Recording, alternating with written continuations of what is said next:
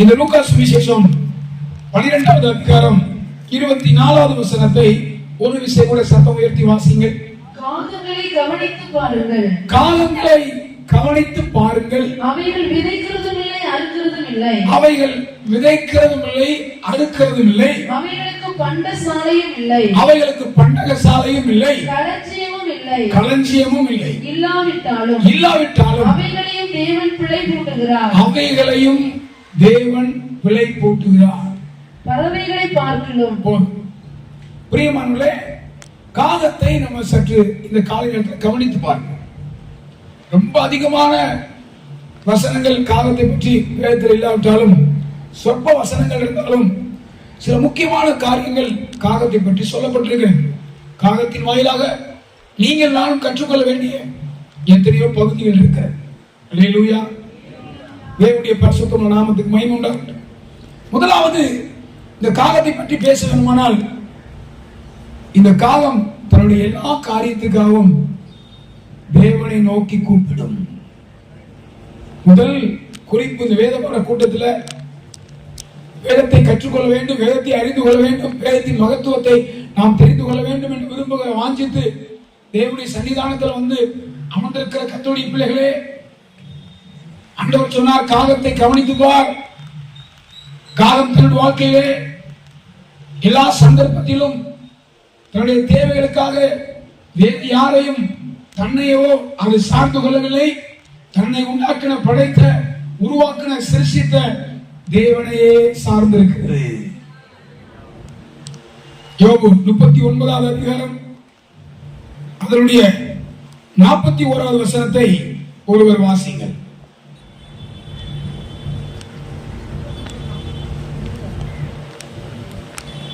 முப்பத்தி 41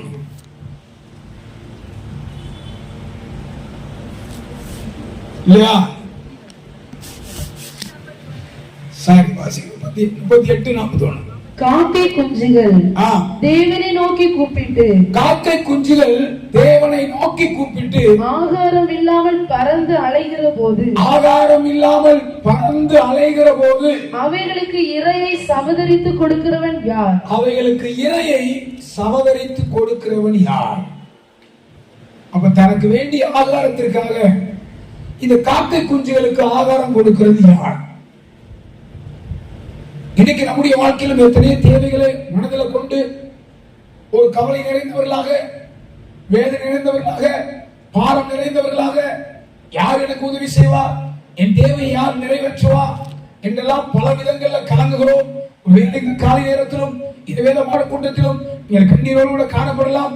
தெய்வ ஜனமே, காலத்தை கொண்டு நம்மோடு ஆண்டவர் பேசி நம்மளை தைரியப்படுத்த, நம்மளை உற்சாகப்படுத்த, நம்மளை திடப்படுத்த கர்த்தர் விரும்புகிறார். அல்லேலூயா. காக்கை குஞ்சுகள் தனக்கு வேண்டிய எல்லாவற்றுக்காகவும் தேவனை தான் சார்ந்திருக்கிறது. அதுக்கு ஆகாரத்தை யார் தர்றா? காக்கைக்கு யார் ஆகாரம் தர்றது? எவ்வளவு காகங்கள் இந்த பூமியில் இருக்கிறது? அது எப்படி சாப்பிடுது? அது எப்படி உயிர் வாழுது? இதெல்லாம் ஏன் அவர் சொன்னார்னா, மனிதன் இன்றைக்கும் அறியாமையுள்ளவனாக இருக்கிறான். எவ்வளவு ஆண்டவர் பேசினாலும், அன்பை வெளிப்படுத்தினாலும், இரக்கத்தை வெளிப்படுத்தினாலும், தம்முடைய தயவை கர்த்தர் வெளிப்படுத்தினாலும், இன்னும் மனிதனுக்கு தேவன் மேல ஒரு விசுவாசம், நம்பிக்கை வரல. சந்தேகம் இருக்கிறது. கடவுள் இருக்கிறாரா இல்லையா? என் ஜெபத்தை கேட்பாரா கேட்க மாட்டாரா? என் காரியங்கள் வெற்றியாகுமா ஆகாதா? பல நேரங்களில் கலங்குகிறோம். ஆனா ஆக்சுவலா ஒரு சாதாரண பறவைக்கு பாருங்க, அது தனக்கு, மறுபடியும் அந்த வசனத்தை வாசிங்க. காக்கை குஞ்சுகள் தேவனை நோக்கி கூப்பிட்டு ஆகாரம் இல்லாமல் பறந்து அலைகிற போது, ஆகாரம் இல்லாமல் பறந்து அலைகிற போது அவைகளுக்கு இரையை சவதரித்து கொடுக்கிறவர் யார்? ஆண்டவர் அவைகளுக்கு ஆகாரம் கொடுத்தாரா இல்லையா? எப்படி சொல்றீங்க? ஏதாவது வாசிக்க முடியுமா? ஆகாரம் காக்கை குஞ்சுகளுக்கு ஆண்டவர் தான் கொடுத்தாரு இருக்கா? 147 சங்கீதம் அதனுடைய 9வது வசனம் என்று நினைக்கிறேன். ஜீவன்களுக்கும் அவர் மிருக ஜீவன்களுக்கும் கூப்பிடுகிற காக்கை குஞ்சுகளுக்கும். நல்லா கவனிங்க அருமையான தங்கச்சி, தம்பி, தாய்மார்களே, தேவனுடைய பிள்ளைகளே, இந்த காலை வேளை கவலையோடு, வேதனையோடு, துக்கத்தோடும் நான் கைவிடப்பட்டவனாக, மறக்கப்பட்டவனாக, ஒடுக்கப்பட்டவனாக இருக்கிறேன் என்கிற எண்ணத்தோடு கூட ஒருவேளை இந்த காலை வேளை உட்கார்ந்து இருந்தால் உங்களை பார்த்து ஆண்டவர் சொல்கிறார், கூப்பிடுகிற காக்கை குஞ்சுக்கு அவர் ஆகாரம் கொடுக்கிறவராக இருக்கிறார். வாசிங்க. கூப்பிடுகிற காக்கை குஞ்சுகளுக்கும் ஆகாரம் கொடுக்கிறார். ஆகாரம் கொடுக்கிறார். அப்ப காலம் முதல் பாயிண்ட் என்னண்டா, தனக்கு வேண்டிய ஆகாரத்தை ஆண்டவரிடத்துல கேக்குது, தேவனிடத்துல கேக்குது. கேட்கிற அந்த காக்கை குஞ்சுகளை அவர் பற்றியா புரியல, அவர் அவைகளுக்கு ஏற்ற வேளையில் ஆகாரம் கொடுக்கிறார். அப்ப இதுல இருந்து நாம் விளங்கி கொள்ள வேண்டிய சத்தியம், இதுல இருந்து நாம் அறிந்து கொள்ள வேண்டிய, படிக்க வேண்டிய பாடம் என்ன அப்படின்னா, நாமும் நம்முடைய காரியங்களுக்காக ஆண்டவரை சார்ந்திருக்க வேண்டும். இப்ப புரியுதா ஏன் ஆண்டவர் காலத்தை கவனித்து பார்க்க சொன்னார்? தனக்கு வேண்டிய ஆகாரத்துக்காக அது கர்த்தரை சார்ந்திருக்கிறது. தேவச்சனமே, இதுவரையிலும் நீங்கள் இந்த உலகத்துல யாரையாவது சார்ந்திருக்கலாம். அப்படி சார்ந்திருக்கிற வாழ்க்கை நிரந்தரமானது அல்ல, அது உறுதியானது அல்ல, அது உண்மையானது அல்ல. அது நம்முடைய வாழ்க்கையில ஏமாற்றத்தை கொண்டு வரும். ஆனால் இந்த காலங்களில இந்த வேதமான கூட்டத்துக்கு வந்துக்கிற கர்த்தருடைய பிள்ளைகளுக்கு ஆண்டவர் சொல்ற வார்த்தை, உனக்கு எதுவா இருந்தாலும் என்னை நோக்கி கூப்பிடு. இந்த உலகத்துல யாரை நோக்கி பார்த்தாலும், யாரை கூப்பிட்டாலும் சில நேரங்களை கண்டும் காணாதவர்களை போல, பார்த்தும் பார்க்காதவர்களை போல கடந்து போவார்கள். உங்களுக்கு சிறிய காரியத்திலிருந்து பெரிய காரியம் வரைக்கும் என்ன வேணாலும் ஆண்டவரை நோக்கி கூப்பிட வேண்டும். அப்படியானால் அதன் அர்த்தம் என்ன? நாம் தேவனை நோக்கி ஜெபிக்கிறவங்களா மாறணும். காரணத்தை கவனிச்சு பாரு, அது தன் தேவைக்காக கர்த்தரை நோக்கி பாரு. ஆரோக்கியமுள்ள மனிதன், கணம் பொருந்தின மனிதன். இன்னைக்கு நம்ம வாழ்க்கையில ஜெபம் இல்லையே. இந்த கன்வென்ஷன் கூட்டத்துல கர்த்தர் உங்களை பார்த்து சொல்ற வார்த்தை, உன் ஜெப ஜீவி எப்படி இருக்கிறது? கேட்கிறோம் அப்படியே போறோம். கர்த்தரை மட்டும் பிடிக்க. எரேமியா 33:3 வாசிக்கிறோம், என்னை நோக்கி கூப்பிடு, அப்பொழுது நான் உனக்கு எட்டாவதும் அறியாதமான பெரிய காரியங்களை அறிவிப்பேன். ஆண்டவரை நோக்கி கூப்பிடுறேன். வேலைக்கு கால வேலை காரியத்துக்காக என்ன செய்வேன்? ஒண்ணும் கவலைப்படாத, காக்க குஞ்சுக்கு ஆகாரம் கொடுத்தவர் உன்னுடைய கூப்பிடுதலையும் அவர் கேட்டு விடுதலையாக்குவார், போஷிப்பார், அவர் நிறைவேற்றுவார். சொல்லுங்களேன். நீங்க நம்ம பிள்ளைங்க காலைல ஸ்கூலுக்கு போனா ஜெபம் பண்றது இல்ல, வேலைக்கு போன விசுவாசம் ஜெபம் பண்றது இல்ல, ஜெபம் இல்ல. இன்னைக்கு ஆண்டவர் சார்ந்து காலைல எழும்பின உடனே உட்கார்ந்து ஆண்டவரை தேடுற பகுதி இல்ல. நீ காலைல எத்தனை பேர் அதிகாலை ஸ்தோத்திர ஜெபத்துக்கு 7 மணிக்கு 4 மணிக்கு ஸ்தோத்திர ஜெபத்துக்கு வந்து கை தூங்க? அதே மாதிரி நிறைய பேர் வரல. அதிகாலையில் ஆண்டவர் தேடணும். என்னை கனம் பண்றவனை நான் கனம் பண்ணுவேன். காக்கை குஞ்சுகள் தனக்கு வேண்டிய காரியங்களுக்காக கர்த்தரை நோக்கி பார்க்கிறது. நாமும் நம்முடைய எல்லா அத்தியாவசிய அடிப்படை எல்லா காரியங்களுக்கும் ஆண்டவரை மாத்திரம் நோக்கி பார்க்க வேண்டும். ஒரு நாள் வெட்கப்பட்டு போக மாட்டோம். ஒரு நாளும் அவர் நம்மளை கைவிட மாட்டார். ஒரு பக்தன் விதமாய் பாடியிருக்கிறார். நல்ல அருமையான ஒரு பாடல். கர்த்தரை தெய்வமாய் கொண்டவன் பாக்கியவான். கர்த்தரை தெய்வமாய் கொண்டவர்கள் வெட்கப்பட்டு போவது இல்லை. நீ ஆண்டவரை நோக்கி பண்ற ஜெபம் ஒரு நாள் வீணா போகாது. ஆண்டவரை நோக்கி கூப்பிடுங்க. அவர் நமக்கு செவியுமா இருக்கிறார். அவர் நம்முடைய வாஞ்சையை நிறைவேற்றுகிறவராக இருக்கிறார். அதனால் நம்முடைய ஜெப ஜீவியத்தை சரி செய்ய ஒரு நாளைக்கு 1 மணி நேரமாவது நல்லா ஜெபம். கர்த்தரோடு நமக்கு ஒரு உறவாடுற பகுதி தேவை. More prayer, more power. Less prayer, less power. No prayer, no power. அதிகமா ஜெபிச்சினா அதிகமான வல்லமை பார்க்கலாம். கொஞ்சமா ஜெபம் பண்ணா கொஞ்சமான வல்லமை பார்க்கலாம். ஜெபமே இல்லாவிட்டா ஒரு வல்லமையும் பார்க்க முடியாது. தேவனுக்கு நமக்கும் ஒரு தொடர்பு, ஒரு கனெக்ஷன். நம்முடைய எல்லா காரியத்தையும் நாம் தெரிவிக்கிற ஒரே இடம் தேவன் மட்டும்தான். எங்கேயாவது ஒரு காக்கா ஆகாரம் இல்லாம செத்து கிடந்தது பார்த்திருக்கீங்களா? அதுக்கு ஆகாரம் இல்ல, அது எங்கேயுமே கிடைக்கல. இந்த காக்கா அதுக்கு ஆகாரம் இல்லாம அது பாவம் செத்து கிடக்கு, மெழுத்து கிடக்கு அப்படின்னு சொல்ல முடியுமா? காகத்தை பாருங்க, நல்லா இருக்கு. அந்த காகத்தையே ஆண்டவர் அவ்வளவு போஷிப்பானால் தேவஜனமே, அவைகளை விட பரமபிதா நம்மளை அதிகம் நேசிக்கிறவராக போஷிக்கிறவராக இருக்கிறார். கர்த்தருடைய மனம் போகவில்லை, அவர் நேசிக்கிறார். நம்பர் 2, இந்த காகத்துடைய அடுத்த விசேஷம் என்ன அப்படின்னா, ஏன் காகத்தை கவனித்து பார்க்க வேண்டும்? காகம் தேவனை நோக்கி பார்க்கிறது மாத்திரமல்ல, இரண்டாவதாக காகம் கட்டளையை நிறைவேற்றியது. 1 ராஜாக்கள் 17ஆம் அதிகாரம் 2ஆம் வசனத்திலிருந்து 4ஆம் வசனம் வரை வாசிக்கும் பொழுது, பின்பு கர்த்தருடைய வார்த்தை அவனுக்கு உண்டாயிற்று. அவர் நீ இவ்விடத்தை விட்டு கீழ் திசையை நோக்கி போய் யோர்தானுக்கு நேராயிருக்கிற கேரித் ஆற்றண்டையிலே ஒளித்துக் கொண்டிரு. அந்த ஆற்றின் தண்ணீரை குடிப்பாய். அங்கே உன்னை போஷிக்க காகங்களுக்கு கட்டளையிடுவேன் என்றார். காகத்துக்கு கட்டளையிட்டார். செஞ்சிச்சா செய்யலையா? காமெண்ட் சொல்லுங்களேன். இன்னைக்கு ஆண்டவர் எத்தனை முறை பேசுறாரு, மனம் திரும்பு, மனம் திரும்பு, மனம் திரும்பு, ஞானஸ்நானம் பெறு, ஞானஸ்நானம் பெறு, அபிஷேகத்தை பெறு, என்னுடைய சித்தத்தை நிறைவேற்று, என் ஊழியத்தை நிறைவேற்று, எனக்காக நீ புறப்படு. ஆண்டவர் பேசிட்டே இருக்கு. நம்ம கீழ்ப்படுகிறோமா? நிறைவேற்றுறோமா? வாசிங்க அப்போஸ்தலர்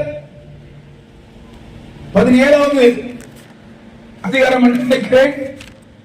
அந்த அதிகாரத்தில் வாசிக்கும் பொழுது அப்போஸ்தலர் 17:26 இருந்து வாசிங்க.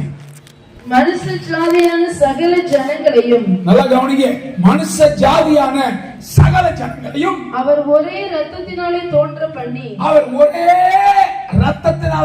பண்ணி பூமியின் மீதெங்கும் குடியிருக்க செய்து முன் தீர்மானிக்கப்பட்ட காலங்களையும் அவர்கள் குடியிருப்பின் எல்லைகளையும் குறித்திருக்கிறார். கர்த்தராகிய தம்மை அவர்கள் தடவியாகிலும் கண்டுபிடிக்கத்தக்கதாக. அழகான வார்த்தை, தடவியாயிலும் கண்டுபிடிக்கணுமா? எல்லாரையும் அவர் ஒரே ரத்தத்தினாலே தோன்ற பண்ணியிருக்கிறார். தடவியாயில் அவரை கண்டுபிடிக்க வேண்டுமா? அப்போஸ்தலனாகிய பவுல் இந்த ரட்சிப்பை பெற்றுக் கொள்ளும்படிக்கு தனக்கு கிடைத்த சந்தர்ப்பங்களிலே எங்கெல்லாம் வாய்ப்பு கிடைத்ததோ அங்கெல்லாம் இந்த தேவனை பற்றி அவர் மிக அழகாக தெளிவாக அவர் பேசினார். கீழே வாசிக்கும் பொழுது தேவன் அவருக்கு தந்த வார்த்தையை அதிகாரத்தோடும் வல்லமையோடும் அவர் பேச ஆரம்பித்தார். வாசிங்க. கர்த்தராகிய தம்மை அவர்கள் கடவியாகிலும் கண்டுபிடிக்கத்தக்கதாக தம்மை தேடும்படிக்கு அப்படி செய்தார். அவர் நம்மில் ஒருவருக்கும் தூரமானவர் அல்லவே. நம்முடைய ஆண்டவர் நம்மில் ஒருவருக்கும் தூரமானவர் அல்ல, அவர் சமீபமாய் இருக்கிறார். வாசிங்க. ஏனெனில் அவருக்குள் நாம் பிழைக்கிறோம், அசைகிறோம், இருக்கிறோம். அப்படியே உங்கள் புலவர்களிலும் சிலர் நாம் அவருடைய சந்ததியார் என்று சொல்லி இருக்கிறார்கள். நாம் தேவனுடைய சந்ததியாராய் இருக்க மனுஷருடைய சித்திர வேலையினாலும் யுக்தியினாலும் உருவாக்கின பொன், வெள்ளி, கல் இவைகளுக்கு தெய்வம் ஒப்பாயிருக்கும் என்று நாம் நினைக்கலாகாது. இந்த தேவனை விட்டுட்டு தலைவியாயில் அவரை கண்டுபிடிக்கிறத விட்டுட்டு இன்னைக்கு மனுஷன் பாருங்க, இது தெய்வம், அது தெய்வம், அதுவா இதுவா. மனிதன் இன்றைக்கு பல விதங்களில் சங்கடப்படுறான். ஒரு வார்த்தை இருக்கிறது, சங்கீதக்காரன் விதமாய் சொல்கிறார், அந்நிய தேவனை நாடி பின்பற்றவர்களுக்கு வேதனைகள் பெருகும். எவ்வளவு பேர் இன்னைக்கு வேதனையில் இருக்காங்க. நேற்றைக்கு வரும்போது நான் ஒரு சம்பவத்தை பார்த்தேன். ஒரு தாயார் ஒரு மரத்துல, அந்த மரத்தை நோக்கி அவங்க சேவிக்க ஆரம்பிக்கிறாங்க, வெளிப்படுறாங்க. பக்கம் தானே, ஆண்டவரே இவங்க எல்லாம் ரட்சிங்க, கண்ணு திறக்கப்படும். தடவியாயிலும் கண்டுபிடிக்கவே. அப்ப இன்னைக்கு சுவிசேஷம் அறிவிக்கப்படுது. அப்படி சொல்லிட்டு அவர் அழகா சொல்றாரு. அடுத்த வார்த்தை ரொம்ப முக்கியமான வார்த்தை. அறியாமையுள்ள காலங்களை தேவன் காணாதவர் போல் இருந்தார். தேவ ஜனமே, ஒரு காலத்துல அறியாமையுள்ள காலங்களை தேவன் காணாதவர் போல் இருந்தார். இப்பொழுதோ மனம் திரும்ப வேண்டும் என்று எங்கும் உள்ள மனுஷர் எல்லாருக்கும் கட்டளையிடுகிறார். எங்கும் உள்ள மனுஷர் எல்லாருக்கும் அவர் கட்டளையிடுகிறார். சுவிசேஷம் வருகிறதே, ஏன் இந்த கன்வென்ஷன், ஏன் இந்த வேதபாடம், ஏன் இந்த அபிஷேக கூட்டம், ஏன் நமக்கு ஆராதனை, ஏன் நமக்கு ஐக்கியம்? மனம் திரும்பும்படி. என்னுடைய வார்த்தையை கேட்கிற சகோதரனே, சகோதரியே, நீங்க ரட்சிக்கப்பட்டு எத்தனை ஆண்டுகள் ஆகிவிட்டது? சபைக்கு வந்து எத்தனை வருஷங்கள் ஆகிவிட்டது?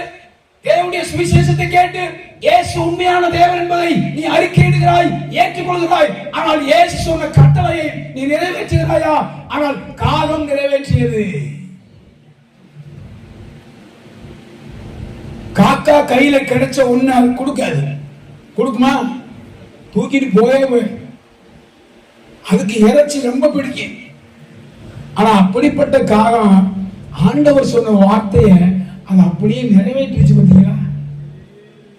இப்ப உங்களை நம்ம வந்து காகத்துக்கு இணைய ஒப்பிட்டு பாருங்க. கட்டளை அது நிறைவேற்றிட்டு. என் ஊழியக்காரன் கேரி தாற்றங்கள் இருக்கிறான், அவனுக்கு நீ நினைச்ச அப்பமும் தண்ணீர், அப்பமும் இறைச்சியும் கொடுக்க வேண்டும். கரெக்டா கொண்டு போய் கொடுத்துச்சு. தன் தேவைகளுக்காக ஆண்டவரை சார்ந்திருக்கு. அது ஒரு நாள் கத்தர் பட்டியா போட்டு ஆதாரம் இல்லாம எங்கேயும் கஷ்டப்படல. அவைகளை ஆண்டவர் பிழை போட்டுறார். தேவ பிள்ளையை நீ ஏன் கலங்காத, நான் உன்னை போஷிப்பேன். என்னை நோக்கி கூப்பிடுவாயனால் நீ வெட்கப்பட்டு போவதில்லை. அது மாத்திரமல்ல, தேவன் கட்டளை இடுகிறார். இது கடைசி காலம். இந்த கன்வென்ஷன் சத்தியத்தை கேட்டுக்கொண்டிருக்கிறீர்களே, தேவன் யார்? கட்டளையிடுறாரு. இன்னைக்கு நிறைய பேர் பாருங்க கீழ்ப்படிய மாட்டாங்க. கீழ்ப்படியல. சாதாரண பறவை கீழ்ப்படியுது, கட்டளையை நிறைவேற்றுச்சு. ஒரு காலத்துல தேவனுடைய ஜனங்கள் சத்தியத்தை கேட்டு கீழ்ப்படியும்படிக்கு கூட்டம் முடியும் போது அவ்வளோ பேர் வந்து முழங்கால் போட்டு காத்திருந்தார்கள்.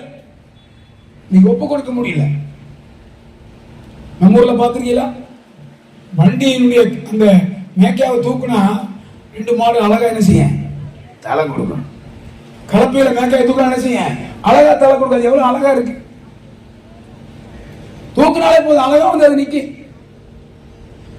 நம்முடைய வாழ்க்கையில சத்தியத்தை அவ்வளவு தாகமா வாஞ்சியா கேட்டு கர்த்தருடைய காரியத்தை நிறைவேற்ற என்னோட ஆண்டவர் பேசினார், நான் நிறைவேற்ற போகிறேன்.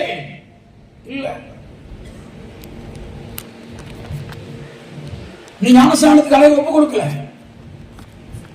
உங்கள் ஜலத்தினால் ஆவியினால் பிரவாவிட்டால் தேவனுடைய ராஜ்யத்துக்குள்ள பிரவேசிக்க மாட்டான்.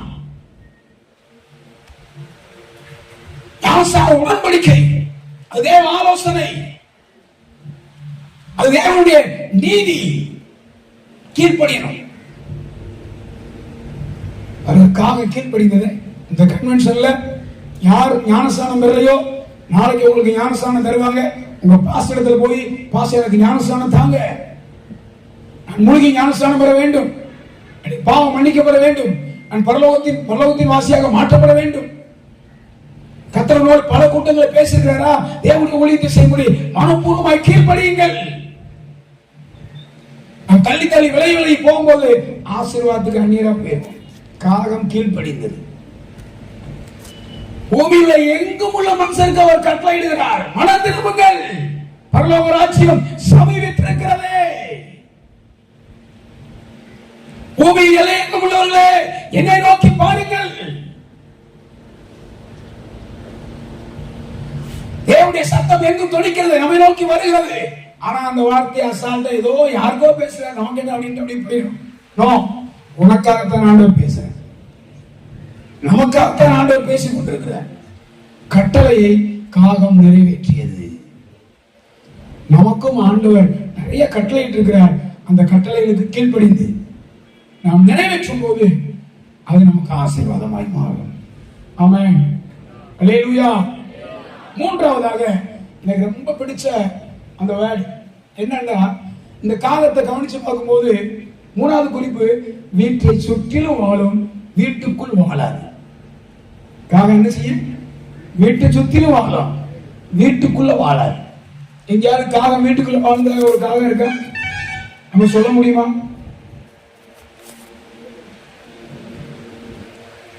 வீட்டை சுத்தி வாழும், சுத்தி சுத்தி வாங்க. அங்க படத்துல இருக்கும், இங்க இருக்கும், வீட்டு மேல இருக்கும், கோயில இருக்கும். ஆனா வீட்டுக்குள்ள அது வாழாது. வீட்டுக்குள்ள எது வாழ அப்படின்னு கேட்டீங்கன்னா, பறவைகள், நல்ல அழகான பறவைகளை பிடிச்சு வச்சிருப்பாங்க. புறா இருக்கும், நிறைய லவ் பேர்ட்ஸ் இருக்கும், நிறைய சின்ன சின்ன நிறைய அழகான இதெல்லாம் பிடிச்சு வச்சிருப்பாங்க, சித்திரவதைப்படுத்துவாங்க. ஆனா காகம் வீட்டை சுற்றிலும் வாழும், வீட்டுக்குள் வாழாது. நிறைய பறவைகள் வீட்டுல கூட கூடு கட்டி வாழும், சிட்டுக்குருவி, நிறைய குருவிகள். காகம் எங்கேயாவது வீட்டுல வாழ்ந்த பார்த்திருக்கீங்களா? அது அர்த்தம் என்ன? அடிமை இல்லாத வாழ்க்கை. நீங்க நிறைய பேர் அடிமையா வாழ்றாங்க. காகத்தை கவனிச்சுப்பா தேவ பிள்ளைகளே, இந்த உலகத்தில் யாருக்கும் அடிமையாக்கப்படக்கூடாது. பாவம் அநேகரை அடிமையாக்குது, போதை வஸ்துக்கள் சிலரை அடிமையாக்குகிறது, சிலர் மனிதர்களுக்கு அடிமையாக்கப்பட்டிருக்கிறார்கள், சிலர் சில பழக்க வழக்கத்துக்கு அடிமையாக்கப்பட்டவர்களாக இருக்கிறார்கள். காலம் ஒருத்தருக்கு அடிமை கிடையாது. அடிமை இல்லாத வாழ்க்கை, அடிமைத்தனம். அடிமைத்தனம் இஸ்ரவேல் ஜனங்கள் அடிமைத்தனத்துக்குள்ள இருந்துதான் கர்த்தர் வெளியே கொண்டு வந்தார். அப்ப இந்த கன்வென்ஷன்ல நீங்க ஒரு அடிமை இல்லாதவர்களாக போகணும். சிலருக்கு அடிமை கடைசி வரைக்கும் அவங்க கீழே கிடப்பாங்க. ஏன்னா அவங்க வாழ்க்கையில பாவத்துடைய செயல் அதை வச்சே மிரட்டிக்கிட்டு இருப்பாங்க. விசுவாசம் நீங்க நிறைய பேர் அப்படிதான் வச்சிருக்காங்க. அது அடிமை இல்லை, இந்த சுற்றிலும் வாழும் சுதந்திரமா இருக்கு. அது சுதந்திரமான வாழ்க்கை வாழ்க்கை. இயேசு நமக்காக ஒரு சிலுவையில ரத்தத்தை சிந்தி மீட்டெடுக்கிறார்.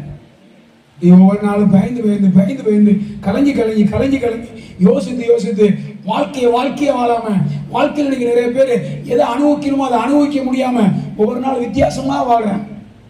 பயம், யாரை பார்த்தாலும் பயம், யாரும் ஒண்ணும் பண்ண முடியாது. எவ்வளவு பேர் வேட்டையாடினாங்க, காகத்தை யாராவது வேட்டையாடுறாங்களா? வீட்டை சுற்றிலும் வாழும், வீட்டுக்குள் வாழாது. அந்த அமைப்பை பார்த்தீங்களா? அப்போ ஒரு தேவனுடைய பிள்ளை அப்படித்தான் இருக்க வேண்டும். எந்த இடத்துக்குள்ள எந்த காரியத்துக்காகவும் எந்த விஷயத்துக்காகவும் நாம் அடிமையாக்கப்பட்டவங்களாக, அடிமையானவன் தேவனுடைய ராஜ்யத்தில் பிரவேசிப்பது இல்லை. நிறைய காரியத்துக்கு அடிமை, உலகத்துடைய எத்தனையோ காரியத்துக்கு அடிமையாக்கப்பட்டிருக்கிறாங்க. வாசிங்க 1 கொரிந்தியர் புத்தகம் 6வது அதிகாரம் 12வது வசனத்தை ஒருவர் வாசிங்க. எல்லாவற்றையும் அனுபவிக்க எனக்கு அதிகாரம் உண்டு, ஆயினும் எல்லாம் தகுதியாயிராது. எல்லாம் எனக்கு தகுதியாயிராது. எல்லாவற்றையும் அனுபவிக்க எனக்கு அதிகாரம் இருக்கு, ஆனா எல்லாவற்றையும் அனுபவிக்க முடியாது. நான் ஒன்றுக்கும் அடிமைப்பட மாட்டேன். பவுல் அழகா சொல்ற, இந்த எல்லாருக்கும் எனக்கு கிடைச்சிருக்கு சொல்லி இஷ்டம் போல எல்லாத்தையும் அனுபவிக்கிறாங்க. தகுதியான சில காரியம் இருக்கு, கிடைச்சதெல்லாம் அனுபவிக்க முடியாது. எல்லாத்தையும் அனுபவிக்க எனக்கு அதிகாரம் இருக்கு, எல்லாம் எனக்கு தகுதியாயிராது. தகுதியானது இருக்கு, அதை தான் நான் அனுபவிக்க வேண்டும். இந்த பூமியில ஒரு தேவனுடைய பிள்ளை கம்பீரமா இருக்க, நிமிர்ந்து நடக்கணும். அடிமை இல்லாத வாழ்க்கை. ஒரு காலத்தில் அடிமையாக்கப்பட்டவர்களாக இருந்தோம். இன்றைக்கு இயேசுவை ஏற்றுக்கொண்டோமோ, இயேசு கிறிஸ்துவை நாம் விசுவாசித்தோமோ, ரட்சிக்கப்பட்டோமோ, அன்றிலிருந்து நம்முடைய வாழ்க்கை நிமிர்ந்து நடக்கிற வாழ்க்கையாக மாற வேண்டும்.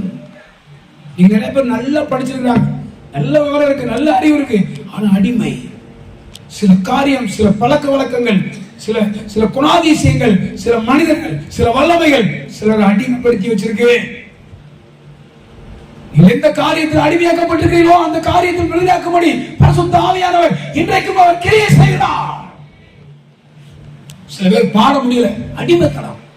கை தட்ட முடியல, அடிமைத்தனம். தேவனை துதிக்க முடியல, அடிமைத்தனம். கூட்டத்திற்கு வருவேன்னு நினைப்பாங்க, வர முடியாது, அடிமைத்தனம். பணம் அடிமைப்படுத்தி வச்சிருக்கு, பாவம் அடிமைப்படுத்தி வச்சிருக்கு, பதவி அடிமைப்படுத்தி வச்சிருக்கு, சில மனிதர்கள் அடிமைப்படுத்தி வைத்திருக்கிறார்கள். உலகத்துடைய சிற்றின்பங்கள் மனிதனை அடிமைப்படுத்தி வைத்திருக்கிறது. அடிமையாக்கப்பட்டவன் தேவனுடைய ராஜ்யத்துக்கு பிரவேசிக்க முடியாது. அவன் சுதந்திரவாளியாக மாற வேண்டும். அப்பா பிதாவே என்று கூப்பிடக்கூடிய புத்திர சுவிகாரத்தின் ஆவியை தேவன் நமக்கு தந்திருக்கிறார். அல்லேலூயா. நிறைய பேர் இப்ப காலைல வேத பாடம் கொடுத்து வர முடியல. ஏன் ஆண்டவருடைய காரியங்களை உற்சாகமா இல்ல? அடிமைத்தனம் விரும்புறாங்க, முடியல. அதனால அருமையான தேவனுடைய பிள்ளைகளே, வாலிபர்களே, வாலிப தங்கச்சிமார்களே, நீங்கள் இந்த பூமியில ஒருவருக்கும் அடிமையாக்கப்படாதவர்களாக மாற வேண்டும். சில விஷயம் அது இல்லாட்டா அவ்வளவுதான். சில பேர் செல்போனுக்கு அடிமை. ரொம்ப ரொம்ப பரிதாபம்.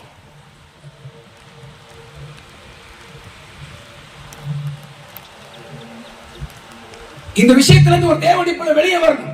நம்முடைய கண்ட்ரோல் அது இருக்கணும். அது கண்ட்ரோல் நம்ம போயிடக்கூடாது. அதான் அடிமைத்தனம். இன்னைக்கு பாருங்க, உபவாசமா இல்ல போயிட்டு. அதனால நான் சாப்பிடக்கூடாதுன்னு சொல்ல, நல்லா சாப்பிடுங்க, நல்லா சாப்பிடணும். இன்னைக்கு உபவாசம் எடுக்க முடியல, அடிமைத்தனம். ஜெயிக்க முடியல. ஜெயிச்சு வைத்தின் அனுபவம், மேற்கொண்ட ஒரு அனுபவம், எதிர்க்கிற ஒரு அனுபவம் ஆவிக்குரிய சபைக்கு இன்றைக்கு தேவை. தேவ ஜனத்துக்கு இன்றைக்கு தேவை. வீட்டை சுற்றிலும் வாழக்கூடிய இந்த காலம் வீட்டுக்குள் வாழாது. ஒரு காலத்தை அறிமுகப்படுத்தி அடக்கி வைக்க முடியாது. ஏனென்றால் அது தேவனை சார்ந்திருக்கிறது. தேவனுடைய கட்டளையை நிறைவேற்றக்கூடியது. ஆகையினால் தேவன் அவைகளை சுதந்திரமா விட்டிருக்கார். ஆனா யாரு அடிமையாக்கப்பட்டிருக்கா? இந்த உலகத்துல யாரெல்லாம் ரொம்ப அழகா இருக்காங்களோ அவங்க எல்லாம் அடிமையாக்கப்பட்டவங்களும் இருக்கிறாங்க. அழகானதெல்லாம் சிறைக்குள்ள கூண்டுக்குள்ள கிடக்கு. நீங்க அப்படித்தானே இருக்கு. எதெல்லாம் அழகழகா இருக்கோ அதெல்லாம் பிடிச்சி கூண்டுக்குள்ள வச்சு அவங்க ஏற போடும் போது அதை சாப்பிடணும். கண்ட்ரோல் ஆகிட்டு. ஆனா காலத்தை நீங்கள் கவனித்து பார்க்கும் பொழுது அது சுதந்திரமானது. நம்ம வாழ்க்கையிலும் கூட அடிமையில்லாத ஒரு வாழ்க்கை வாழும்படி கர்த்தர் விரும்புகிறார். ஆமென். இந்த காலத்துடைய அடுத்த விசேஷம் என்னன்னு கேட்டீங்கன்னா, துக்கத்தையும் சந்தோஷத்தையும் பகிர்ந்து கொள்ளும். என்ன பாஸ்டர், காகம் என்ன துக்கத்தையும் சந்தோஷத்தையும் பகிர்ந்து கொள்ளும் அப்படின்னு நீங்க யோசிப்பீங்க. துக்கத்தையும் சந்தோஷத்தையும் பகிர்ந்து கொள்ளும். அதை கொஞ்சம் விலைக்கு உங்களுக்கு சொல்றேன். நீ ஏதாவது வீடு வெளியில கொஞ்சம் சோறா ஏதாவது ஒண்ணு அதுக்கு ஆகாரம் போடுன்னு வச்சுங்களேன், சத்தம் இல்லாம அமைதியா வந்து அப்படியே மெதுவா அப்படியே சாப்பிட முடியுமா? என்ன செய்ய? கா ரா ரா ரான்னு கத்த. இன்னும் 2 காக்காய் கூப்பிடும். நீங்க இடம் போட்டாலும் சரி, அதுக்கு ஆகாரம் போட்டாலும் சரி, போடும்போது அமைதியா வராது, சத்தம் போட்டே வரும். இந்த 2 காக்காய் கூப்பிடும். அது கத்துச்சுன்னா 2 காக்கா வரும். அதே வேளையில ஒரு காக்காயை அடிச்சு எங்கேயாவது மரத்துல கட்டி எங்கேயாவது தொங்க விட்டீங்கன்னா அப்பவும் கத்தி நிறைய காக்காயை கூப்பிடும். துக்கத்தை சந்தோஷத்தையும் ஷேர். நம்ம என்ன பண்றோம்? சர்ச்சுக்கு வரும்போது, ஆலயத்துக்கு வரும்போது, கன்வென்ஷனுக்கு வரும்போது, எனக்கு வியாதி இருக்கு பாஸ்டர், பிரச்சனை இருக்கு பாஸ்டர், கடன் பிரச்சனை இருக்கு பாஸ்டர், போராட்டம் இருக்கு பாஸ்டர், எனக்கு வேலை இல்லை பாஸ்டர், அது இல்லை பாஸ்டர், குழந்தை இல்லை பாஸ்டர், எவ்வளவு கம்ப்ளைண்ட், எவ்வளவு அதிகமா முறையிட முடியுமோ அவ்வளவு அதிகமா முறையிடுவோம். ஆனா ஒரு 1 லட்சம் ரூபாய் 2 லட்சம் ரூபாய் கிடைச்சா, பணம் கிடைச்சா சத்தமே காட்ட மாட்டோம், யார்கிட்டையும் சொல்ல மாட்டோம், ஊழியக்காரத்தை கூட சொல்ல மாட்டோம். துக்கத்தை மட்டும் ஊழியர்கிட்ட சொல்லுவோம். சரி, துக்கத்தை மட்டும் சொல்லுவோம், நல்லா இருக்கு செய்ய மாட்டோம், சொல்ல மாட்டோம். காக்காயை பத்தியா? ஏன் அந்த பணம் உங்களுக்கு கூட தானே பாஸ்டர், நீங்க ஜெபம் பண்ணியே எங்களுக்கு ஆண்டவர் தந்தார், ஆசீர்வதிச்சிருக்காரு சொன்னா என்ன வராது. சர்ச்சுக்கு வந்தா தலைவலி வருது, வயிற்று வலி வருது, பேய் வருது, பிசாசு வருது. ஆனா தரிசனம் ஒரு ஆளுக்கு வர மாட்டேங்குது. எனக்கு தரிசனம் வந்துச்சு பாஸ்டர் சொல்லிருக்கீங்களா? மாடு துரத்தது, அது துரத்தது, இது துரத்தது, அது வருது, இது வருது. ஆனா உங்களுக்கு வந்த நன்மையை சொல்லி ஆண்டவர் மையப்படுத்திருக்கீங்களா? காகம் அப்படி இல்லைங்க. துக்கத்தையும் அது வெளிப்படுத்தும், சந்தோஷத்தையும் வெளிப்படுத்தும். காகத்தை கவனித்து பாருங்க. அதுக்கு இறப்படும் போதும் கா கா கான்னு கத்தி 10 காக்காய் கூடும். ஒரு காக்காயை தொட்டா இன்னும் 100 காக்கா வரும். இது ஐக்கியத்தை வெளிப்படுத்துகிறது. காலத்துக்குள்ளே ஐக்கியம் இருக்கு. இன்னைக்கு ஐக்கியம் இருக்கா? குடும்பத்தில் ஐக்கியம் இருக்கிறதா? சபையில் ஐக்கியம் இருக்கிறதா? தேவஜனமே ஐக்கியத்தை இழந்திருக்கிறோம். இந்த கடைசி நாட்கள்ல இந்த கன்வென்ஷன் கூட்டத்திலும் தெய்வஜனமே நமக்கு ஐக்கியம் தேவை. நம்ம இன்னைக்கு சொல்றோம், எனக்கு யாருமே தேவை, ஒருத்தருமே தேவை. இவங்கெல்லாம் ஒரு ஆள், எனக்கு எல்லாம் முடியுங்க. நானே பிறந்தேன், நானே வளர்ந்தேன், நானே படிச்சேன், நானே வேலைக்கு போனேன், நானே இடம் வாங்கினேன், நானே வீடு கட்டினேன், நானே நல்லா இருக்கிறேன், படுத்து உருண்டுகிட்டு இருக்கேன் வீட்டுல. எவன் எனக்கு தேவை? இன்னைக்கு சில மனுஷனுடைய பேச்சு இது. யாரும் தேவையில்லை. நீ என்ன மிருகமா? மனுஷனா இருந்தா கொஞ்சமா என்ன செய்யணும், இருக்கணும். இன்னைக்கு ஐக்கியத்தை நிறைய பேர் விரும்பல. ஆனா காதும் பாருங்க எவ்வளவு ஐக்கியமா இருக்கு. ஒரு ஆள் கீழே விழுந்தா கூட தூக்கி விட மாட்டாங்க, என்னன்னு விசாரிக்க மாட்டாங்க, கண்டு காணாத மாதிரி போறாங்க. இதுல என்ன கொடுமைண்டா, ஒருத்தன் விழுந்து கிடக்கா, உடனே போட்டோ எடுக்கிறாங்க. போட்டோ எடுத்து வாட்ஸ்அப்ல பரத்துறான். அவன் உயிருக்கு போராடிட்டு இருக்கான். போன போட்டு அவனுக்கு இப்படி ஆச்சு, இவனுக்கு இப்படி ஆச்சு, இப்படி வெளிப்படுத்துறாங்க. இல்லாமல் அவன் உயிரை மீட்கிறதுக்கு நம்ம என்ன காலத்தை கவனிச்சு பாருங்க. காக்காய் அடிச்சு போட்டீங்கன்னா பக்கத்துல போய் நின்று அது என்னெல்லாம் அதுக்கு உதவிச்சு. பக்கத்துல அண்டை விட ஒரு காக்காய் அடிச்சு நீங்க எப்படி தனியா தூக்கிட்டு போங்க பார்க்கலாம், தலையை பிச்சுட்டு போயிடும். ஆனா நம்ம இன்னைக்கு புருஷனுக்கு பிரச்சனையா, அவன் போனா எனக்கு என்ன, மனைவிக்கு பிரச்சனையா, அவ போவா, அவங்க அம்மா வீட்டுக்கு போவா. நீங்க ஐக்கியம் இல்லை. ஒரு காலத்துல ஐக்கியம் எப்படி இருந்துச்சு? தேவனுடைய ஜனங்களுக்குள்ள ஒரு விசுவாசம் ஒண்ணுண்டா எல்லாரும் போய் அங்க நிற்போம். இன்னைக்கு ஊழியக்காரங்க எல்லாரும் வைப்பாங்க. இன்னைக்கு யாரும் யாரையும் கண்டுக்கிறதே இல்லை. ஐக்கியம் எல்லாம் போயிட்டு நீ குறைஞ்சு வரும். ஐக்கியத்தை விடக்கூடாது. ஐக்கியம் தான் கிறிஸ்தவத்துல பேலன். வாசிங்க அப்போஸ்தலர் 2ஆம் அதிகாரத்துல வாசிக்கும் பொழுது, அப்போஸ்தலர் 2வது அதிகாரம்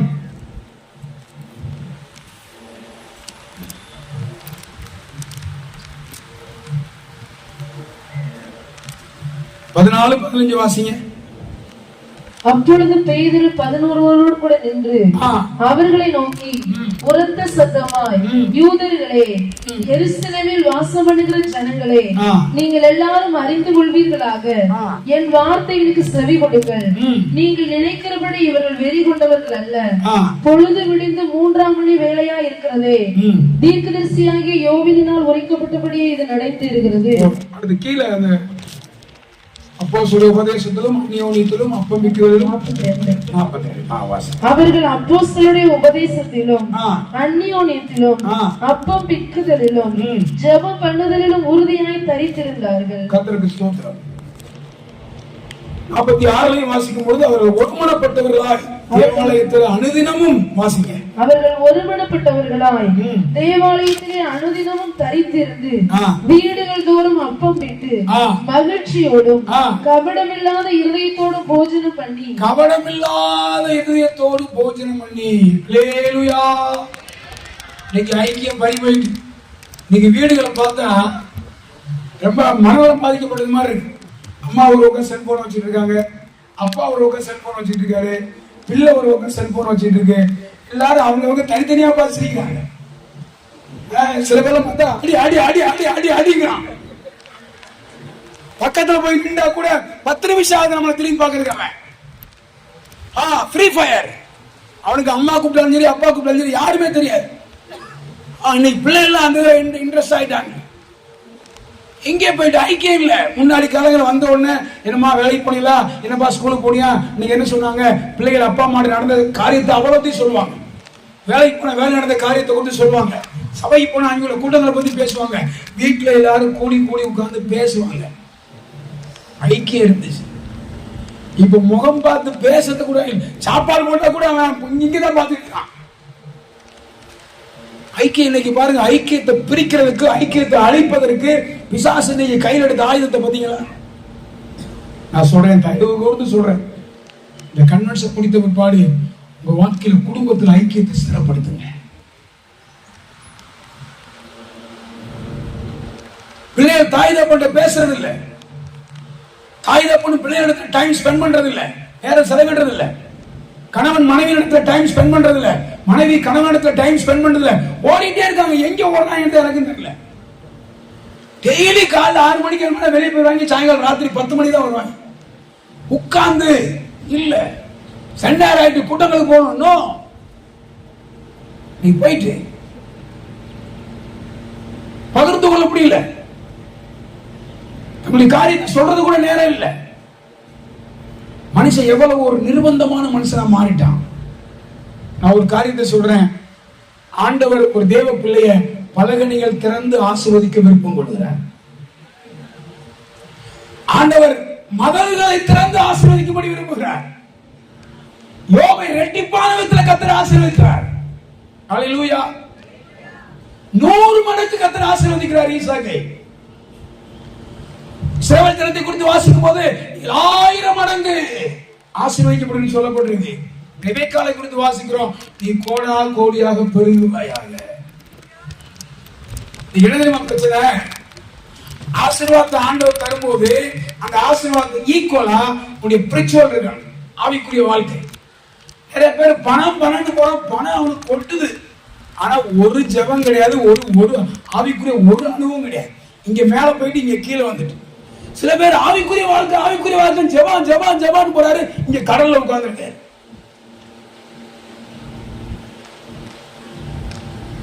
பேலன்ஸ்டா இருக்கு. நீ பேலன்ஸ்டா இருந்தா கர்த்தர் உன்னை நிறைய ஆசீர்வதிப்பார். ஆசீர்வாதம் வந்தவன ஆண்டவரை விட்டுறார். திரும்பி ஒரு பக்கம் வெறும் ஆசீர்வாதம் பிசினஸ் பண்ண மாட்டேன், கடையை எப்போதும் பூட்டி போட்டீங்கன்னா நமக்கு ஒரு ஸ்ட்ரக்சர் இருக்கு. வெள்ளி சனி ஞாயிறு ஆயிட்டா தேவ சமூகத்துக்கு போகணும், எல்லா தூரத்தையும் ஓரவை. உனக்கு வேலை செய்யறது ஒரு நாளை கர்த்தர் வச்சிருக்காரு, அந்த நாள் நல்ல வேலை செய்யும். நீங்க நம்ம ஆட்கள் அதுவும் இல்லாம இதுவும் இல்லாம நடு இடப்பட்ட வேலையில மாட்டிக்கிட்டு சிக்கிட்டு தவிக்கிறாங்க. ஏதோ அழகா சொல்லுது, ஆசீர்வாதம் நமக்குரியதுதான். கர்த்தரின் ஆசீர்வாதம் ஐஸ்வர்யத்தை தரும். தேவன் தர ஆசீர்வாதம் வேதனை இல்லாத ஆசீர்வாதம். ஹல்லேலூயா. ஒண்ணு இல்லாத காலத்தையே நான் இப்படி போசிக்கிறேன், இப்படி வழி நடத்துகிறேன், இப்படி எல்லாம் இதெல்லாம் செய்யறேன்னா நீங்க அவைகளை விட விசேஷித்தவர்கள். காலத்தை கவனிச்சு பாரு தேவ பிள்ளையே, நீ அவைகளை விட விசேஷித்தவள். அதனால உங்களுடைய வேலையில ஆசீர்வாதமா இருக்குன்னா கர்த்தருடைய காரியத்துல கட்டடிக்காதீங்க. ஆசீர்வாதத்துக்காக கேட்கிறாங்க, வந்தவர் பாரு காத்திருப்பு கூட்டம் கிடையாது, பைபிள் ஸ்டடி கிடையாது, உபவாசத்தவம் கிடையாது, ஆராதனை கிடையாது, பறந்துருவாங்க. திருப்பி சில பேர் ஜெபம் ஜெபம்னே உட்கார்ந்துருப்பாங்க, வேலைக்கு போக மாட்டாங்க. கடையை எப்போது பூட்டி போட்டா ஏன் வருவான்? ஆண்டவர் கொடுத்த வேலையை உத்தரவாதமா உண்மையா வைராக்கியமா செய்யணும், ஜெபத்தோட செய்யணும். நலமான வேலை இருக்கு, நலமில்லாத வேலை இருக்கு. ஒருத்தர் ஒரு ஹாஸ்பிட்டல் கட்டியிருக்காரு. என்ன ஹாஸ்பிட்டல்? எலும்பு முறிவு ஆஸ்பத்திரி. அப்ப பாஸ்டர் வந்து பாஸ்டர் ஆஸ்பத்திரியில பிசினஸ் கொஞ்சம் டல்லா இருக்கு, ஜோம் பண்ணுங்க அப்படின்னா. புரியுதா? அவர் என்ன ஜோம் பண்ண? ஆண்டவரே எலும்பு முறிஞ்சு நிறைய பேர் ஆஸ்பத்திரிக்கு வரல, விபத்துல இருக்கு, நலமான வேலை இருக்கு, நலமில்லாத வேலை இருக்கு. நாம் ஆண்டவரை உண்மையா பின்பற்றும் போது, உண்மையா நேசிக்கும் போது, இந்த பூமியில உங்களுக்கு என்ன வேலை உண்டோ அதை ஆண்டவர் செய்வார். நான் ஓடி எதையாவது தெரிந்து கொண்டுட்டு எனக்கு பிசினஸ் நடக்கல ஜோம் பண்ணா, அப்ப நிறைய பேர் கை காலம் முடிஞ்சு ஆஸ்பத்திரிக்கு வரணும்.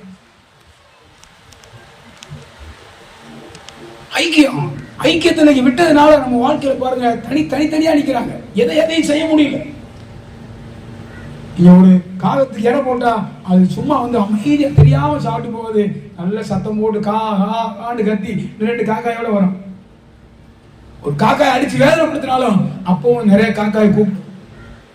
நீங்க குடும்பத்துல பாருங்க, கஷ்டத்தை மட்டும் கணவன்கிட்ட சொல்லுவாங்க, கஷ்டத்தை மட்டும் மனைவிட்ட சொல்லுவாங்க. ஆனா கணவனுக்கோ மனைவிக்கோ கொஞ்சம் பணம் கிடைச்சா தனக்குன்னு தனியா ஒரு அக்கௌண்ட் இருக்கும், புருஷனுக்கும் தெரியாது, மனைவிக்கு தெரியாது. நீ உன் போக்குல போ, நான் என் போக்குல போறேன். 2 பேரும் ஒரே சரீரமா, சதையும் நகமும் போல, செடியும் கொடியும் போல. ஆனா பண விஷயம் வரும்போது நீ எங்க அம்மா விடு, என்ன எங்க அம்மா விடு. ஆவிக்குரிய தேவனுடைய பிள்ளைகள் நீங்க பார்த்தீங்கன்னா குடும்பத்துல வித்தியாசப்படுத்தி வேறுபடுத்தி பேசுறாங்க, சொல்ல மாட்டாங்க, உண்மையே கிடையாது. ஏன் உங்க வீட்டுக்கார்ட்ட சொன்னா என்ன, உங்க மனைவி கிட்ட சொன்னா என்ன? ஒரு அம்மா என்கிட்ட சொன்னுச்சு, ஐயா என் வீட்டுக்காரர் வேலைக்கு போய் இத்தனை வருஷம் ஆச்சு, இன்னைக்கு வரைக்கும் எவ்வளவு சம்பளம் வாங்குறாருனே தெரியாது. பாத்தீங்களா, இதெல்லாம் என்ன வாழ்க்கை? ஒரு தேவனுடைய பிள்ளை ஐக்கியம் சரியா இருக்குமானால் ஆவிக்குரிய வாழ்க்கை அழகாக இருக்கும். ஹல்லேலூயா.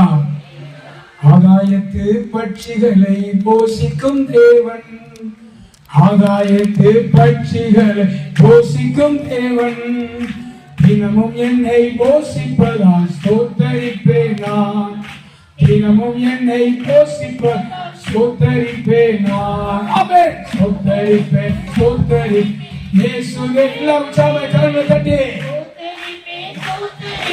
இயேசு தேவனை என் ஜீவனுள்ள நாட்கள் எல்லாம் ஸ்தோத்தரிப்பேன் நான், என் ஜீவனுள்ள நாட்கள் எல்லாம் ஸ்தோத்தரிப்பேன் நான்.